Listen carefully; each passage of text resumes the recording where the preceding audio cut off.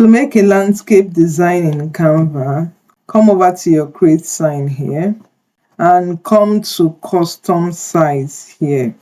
So we want to create a document that is landscape. So if you're using an A4 paper for this, you already see that there are suggestions here.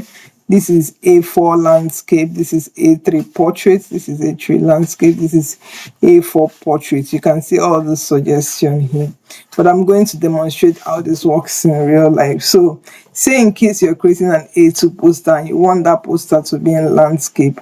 An A2 poster is 42 by 59.4 centimeters. So the first thing you're going to do is to change our unit of measurement here to centimeters. So if you put in this is a portrait A2 paper, but to get this to be in landscape, you're going to switch it. So you copy this and paste it in the width, and you take the width and put it in the height, so the orientation changes.